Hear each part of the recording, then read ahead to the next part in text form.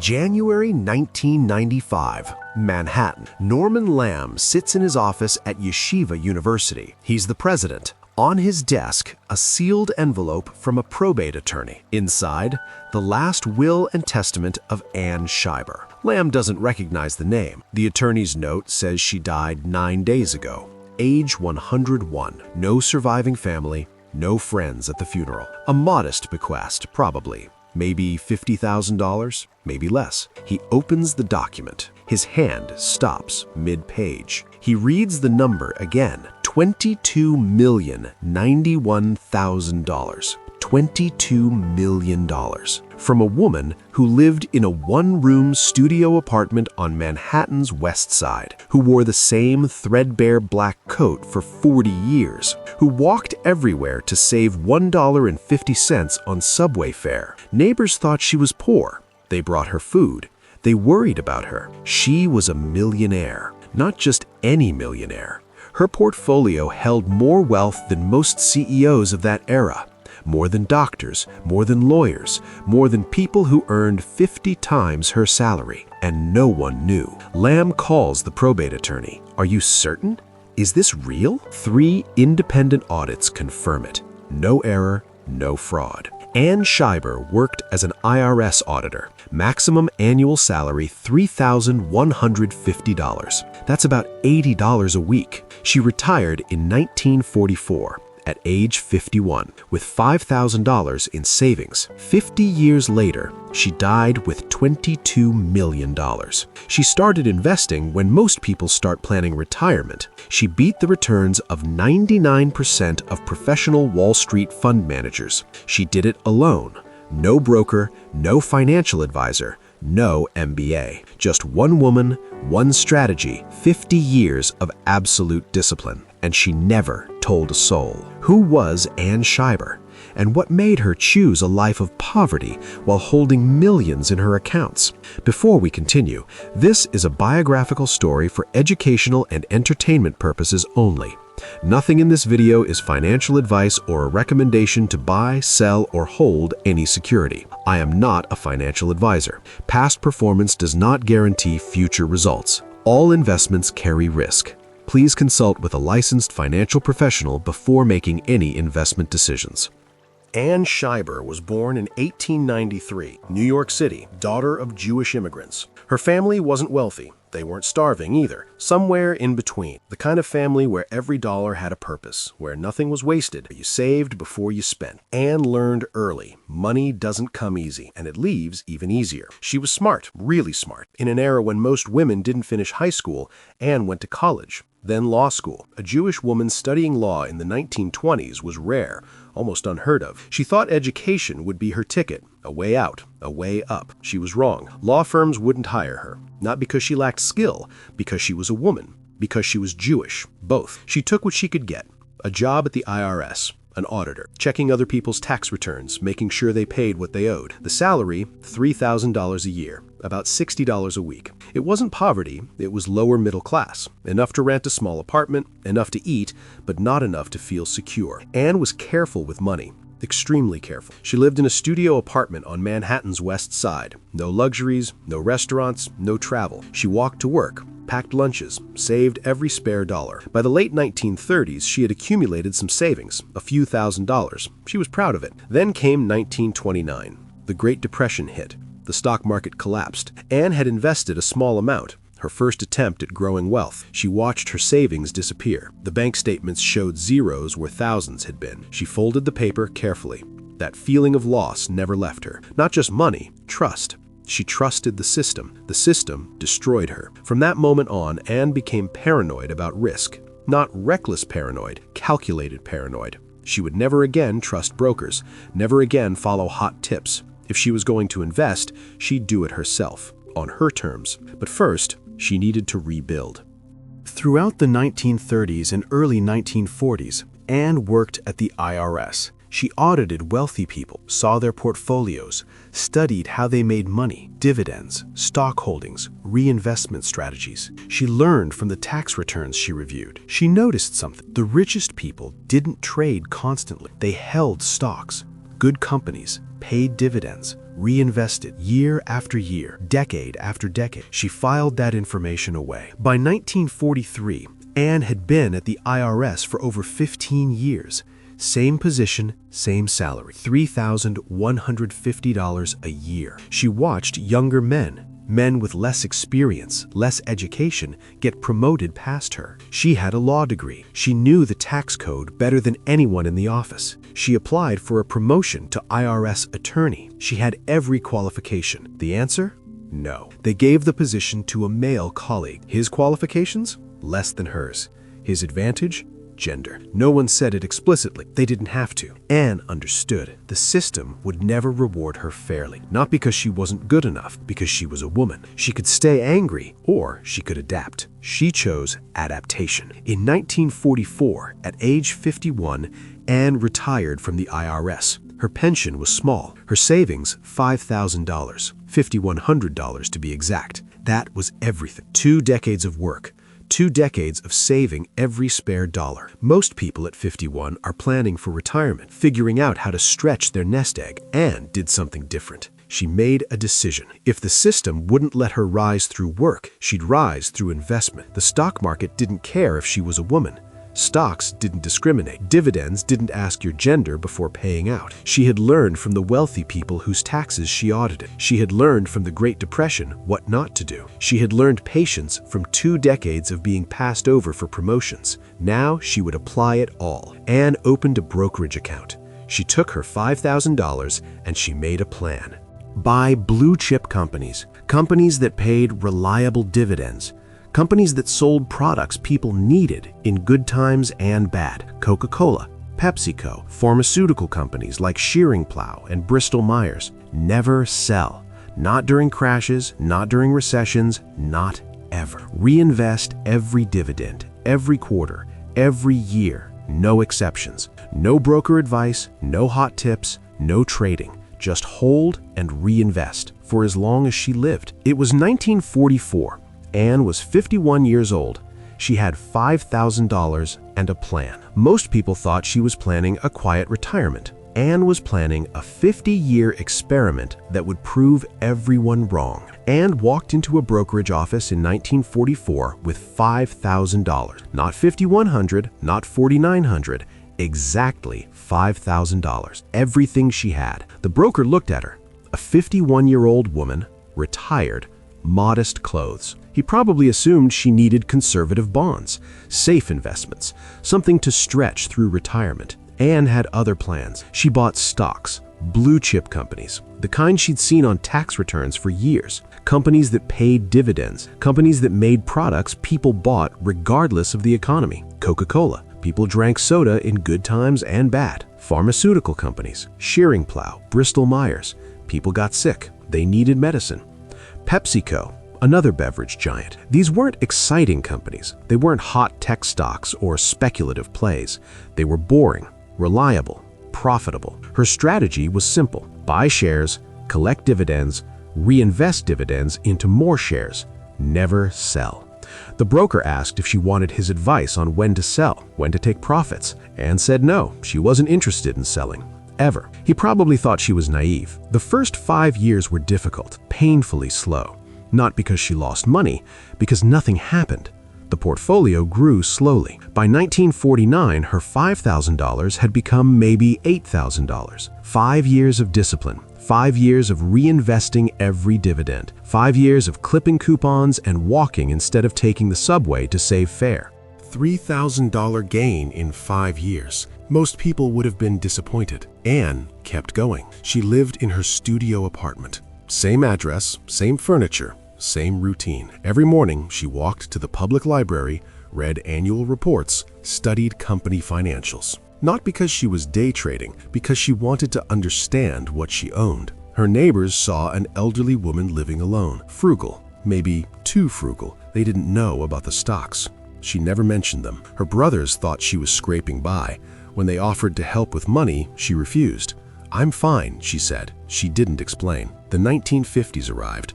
Post-war economic boom. America was growing. The companies Anne owned were growing with it. But Anne's lifestyle didn't change.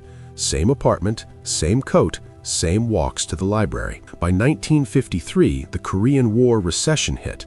Stock prices dropped. Her portfolio lost 15% on paper. Friends, the few she had, told her to sell. Get out before you lose everything. Anne didn't sell. She bought more. Prices were cheaper. Her dividends purchased more shares. By the 1960s, age 67, her portfolio had grown to approximately $50,000. 16 years, $5,000 to $50,000. A tenfold return. Most people would have celebrated, maybe taken a vacation, upgraded their apartment, bought new clothes. Anne did none of that. She reinvested the dividends, kept walking, kept living like she had $5,000, not $50,000. The compound effect was starting, but it was still invisible to everyone except her. The 1950s were good for stocks. The market climbed. Anne's portfolio climbed with it. She never changed her method. Every quarter, dividend checks arrived. Every quarter, she reinvested. Same companies, more shares. By the late 1960s, her holdings had grown substantially. Not just in value, in quantity. Stock splits, a routine corporate action, had multiplied her share count. 100 shares became 200. 200 became 400. She didn't trigger this, the companies did. She just held through it. She was in her 70s now, still living in the same studio, still walking everywhere, still reading annual reports in the library. Her brothers had passed away. She had no close friends, no social life, just her routine and her portfolio. One winter morning in 1975, a neighbor found her struggling with groceries on the stairs. "Let me help you, Miss Scheiber." Anne shook her head. "I can manage." That same week, her dividend check arrived, $8,000. She reinvested every dollar. In 1973, the market collapsed. It was the worst crash since the Great Depression, oil crisis, stagflation, Watergate. The S&P 500 fell 48% from peak to trough. Anne's portfolio, now worth over $500,000, lost nearly half its value on paper. Over $200,000 gone. She was 80 years old. She could have sold, taken what was left, lived comfortably for the rest of her life. She didn't sell. She sat in her apartment, holding the brokerage statement. $500,000 had become $250,000. She folded the paper, put it in a drawer, walked to the library to read Coca-Cola's annual report. Coca-Cola was still selling soda. Bristol-Myers was still selling medicine. The businesses were fine. The stock prices were down, but the businesses were fine. She reinvested the dividends at lower prices, bought more shares. People thought she was crazy. An 80-year-old woman watching her portfolio collapse and doing nothing. By 1975, the market recovered. By 1976, it surpassed the previous highs. Anne's portfolio was worth more than ever. Over $1 million now. She was a millionaire at age 83. No one knew. She still clipped coupons, still wore the same black coat she'd owned for 30 years, still walked to save $1.50 on subway fare. Neighbors saw her struggling to carry groceries. They felt sorry for her, offered to help. She politely declined. The 1970s ended. The 1980s began. Anne was nearing 90. Her portfolio was approaching $2 million. The compound interest was accelerating, exponential now. Each dividend payment was larger than her annual IRS salary had been, but she never spent them. She reinvested every single one. In 1987, Black Monday hit. The market crashed 22.6% in a single day, October 19th, the worst one-day crash in history. Anne was 94 years old. Her portfolio lost over $400,000 in 24 hours. She didn't panic, didn't call her broker, didn't sell. She had lived through the Great Depression, through the 1973 crash, through multiple recessions. She understood something most investors never learn. Markets crash, companies survive. She waited. The market recovered. Her portfolio recovered with it. By 1990, age 97, Anne's portfolio had grown to over $15 million. $15 million. She was still living in her studio apartment, still wearing the same coat, still walking to the library to read annual reports. Her neighbors brought her food sometime. They worried about her, thought she couldn't afford groceries. She never corrected them. The final years were the fastest. Not because Anne changed anything, because compound interest had reached its exponential phase. Her portfolio was so large now that even modest market gains translated to enormous dollar increases. A 10% market gain meant $1.5 million added to her wealth, more than she'd earned in her entire IRS career. But her life didn't change. Same apartment, same routine, same isolation. She was 98, 99, 100, living alone, no family left, no close friends, just her and her portfolio. In her final year, age 101, her health began failing. She couldn't walk to the library anymore, couldn't read annual reports as easily. Her eyesight was fading, but she never sold, not a single share. Her portfolio had reached $22 million. $22 million from $5,000 over 50 years, an average annual return of approximately 17.5%, better than most professional fund managers, better than almost anyone on Wall Street. She had beaten the market, beaten the professionals, beaten everyone who said a woman couldn't succeed in investing, everyone who denied her promotions, everyone who underestimated her. But she never knew she won. She never spent the money, never enjoyed it, never told anyone about it.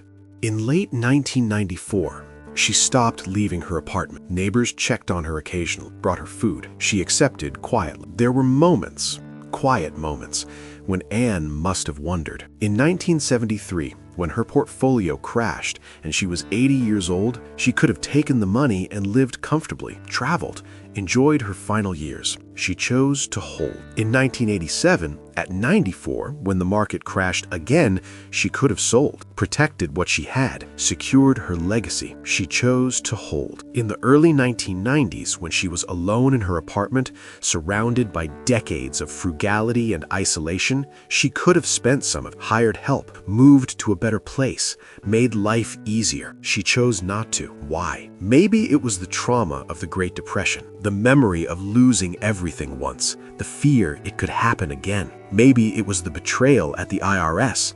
The system had rejected her. She rejected the system back, refused to participate in its rewards, refused to live like the people who had denied her. Maybe it was simpler than that. Maybe she just believed in her method, believed in holding, believed in compound interest, and couldn't bring herself to break the rules she'd followed for 50 years, never sell. Or maybe, and this is harder to think about, maybe she forgot why she started. Maybe the discipline became the purpose, the accumulation became the goal. Not wealth, just the act of accumulating. Whatever the reason, Anne Scheiber held. Through 10 major market corrections, through wars, through recessions, through technological revolutions that changed the world, she held. And the numbers kept growing. $5,000 to $50,000 to $500,000 to $5 million to $22 million.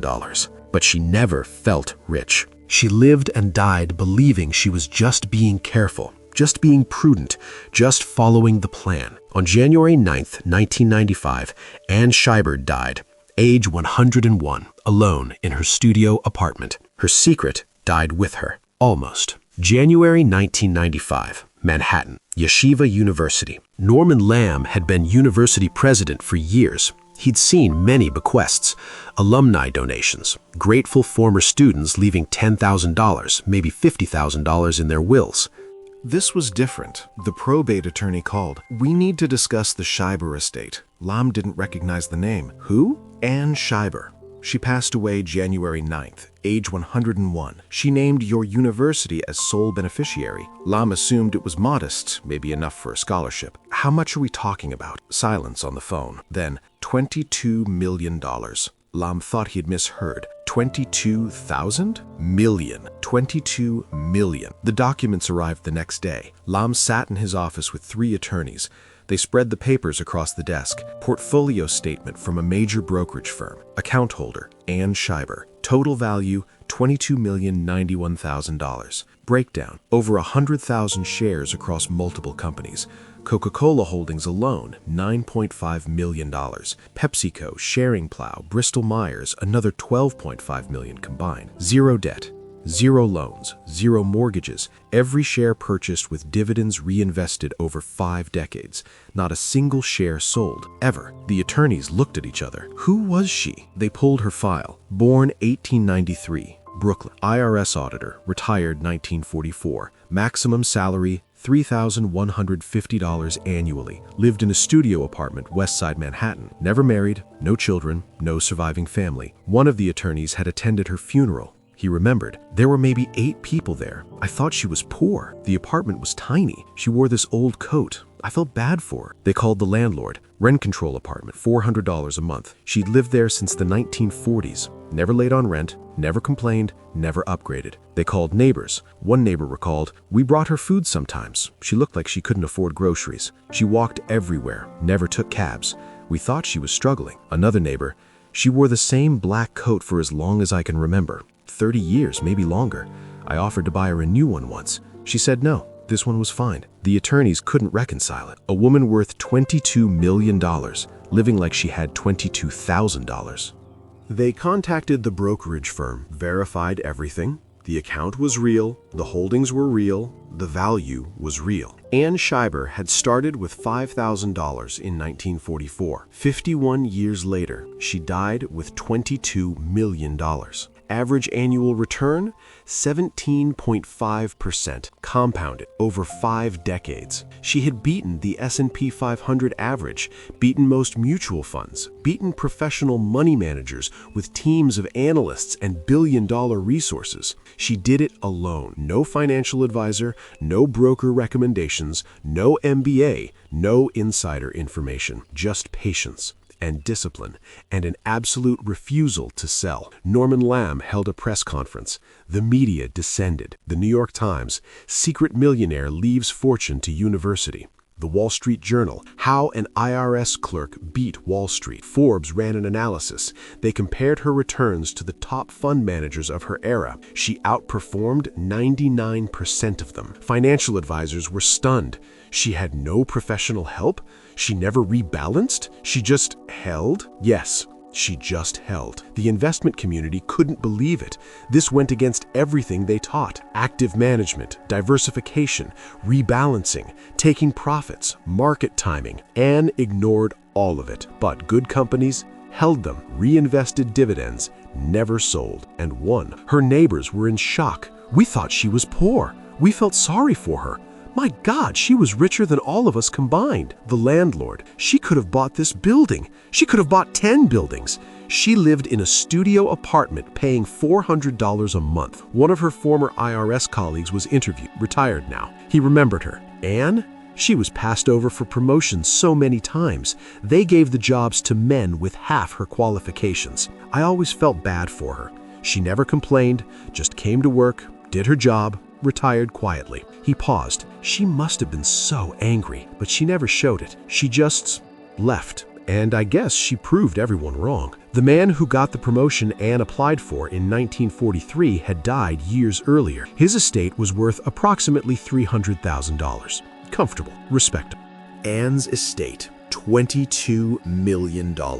73 times larger. The system denied her career advancement because she was a woman. The market didn't care. The market rewarded patience, discipline, time. Ann had all three. Yeshiva University was overwhelmed. It was the largest single donation from an individual in their history, from a woman who never attended their school, never had children who attended, never met anyone on their staff. Why did she choose them? The will was clear. All $22 million would fund scholarships, specifically for women. Women studying medicine, law, business, science, the fields where Ann had faced discrimination, the fields where women were told they didn't belong. Norman Lamb read the clause again. His eyes watered. Ann Scheiber spent 50 years being invisible, being underestimated, being passed over. She died invisible too. 8 people at her funeral. But her money would give thousands of women what the system denied her: opportunity. The Ann Scheiber Scholarship Program was established in 1996. Over the next 3 decades,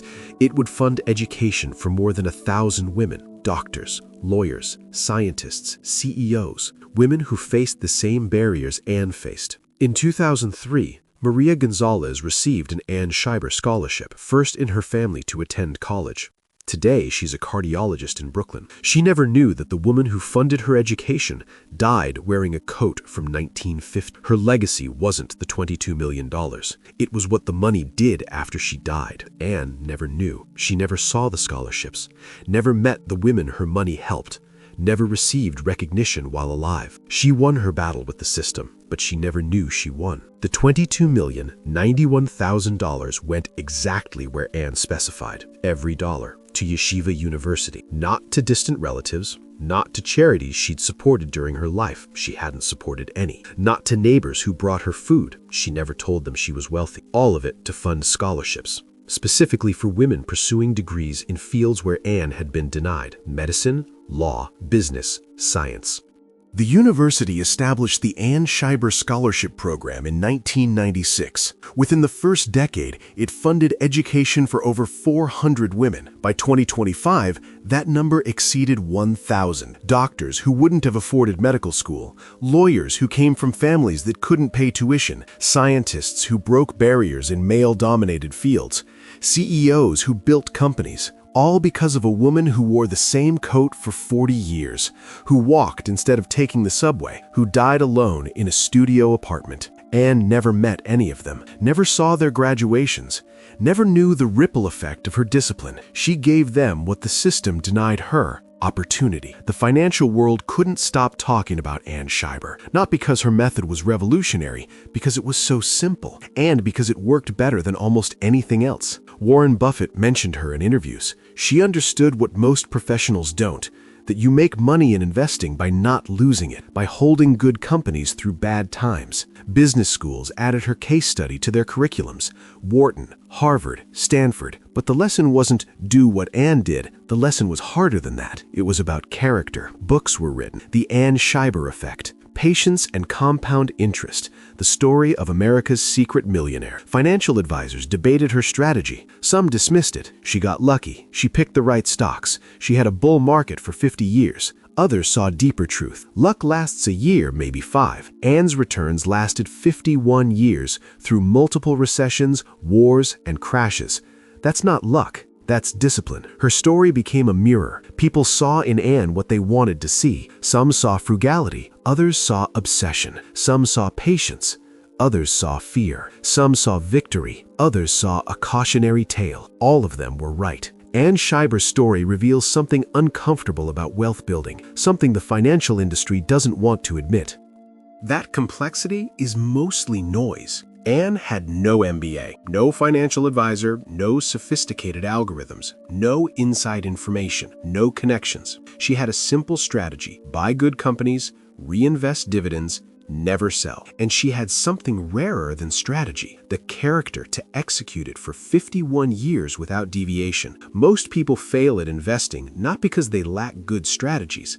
They fail because they lack the discipline to follow any strategy long enough for it to work. They sell during crashes, they chase hot stocks, they panic when markets fall, they get bored when nothing happens. They need action. They need to feel smart. Anne needed none of that. She didn't need to feel smart. She didn't need action. She just needed to wait. Her method worked, not because it was brilliant. It worked because it was boring. So boring that she could stick to it for 5 decades while everyone around her was doing something more exciting. Her story suggests that time was the ultimate compounding force in her case. Not intelligence, not education, not even starting capital. Time. Anne also reveals something darker, something harder to face. That extreme discipline has a cost. She lived in poverty while holding millions. She isolated herself completely. She died alone. No family at her funeral, no friends. 8 people showed up. Was it worth it? Anne accumulated $22 million, but she never spent $1 of it on herself, never took a vacation, never bought comfort, never experienced luxury, never shared her success with anyone. She won financially, absolutely, completely. No question. But she lost personally. The isolation compounded just like the interest. Each year alone made the next year lonelier. By the end, she was trapped, not by poverty, by her own discipline. The scholarships she funded, the 1,000 women who got opportunities she never had, that's beautiful, meaningful, a legacy that matters. But Anne never knew about it. She died thinking she was just careful, just following her plan. She proved the system wrong. The system that denied her promotions, that paid her $3,150 a year for 2 decades, that told her she couldn't succeed because she was a woman. She proved them all wrong, but she never knew she won. And maybe that's the real lesson. Not about investing, about life. That victory means nothing if you never feel it. That wealth means nothing if you never use it. That proving everyone wrong means nothing if no one knows.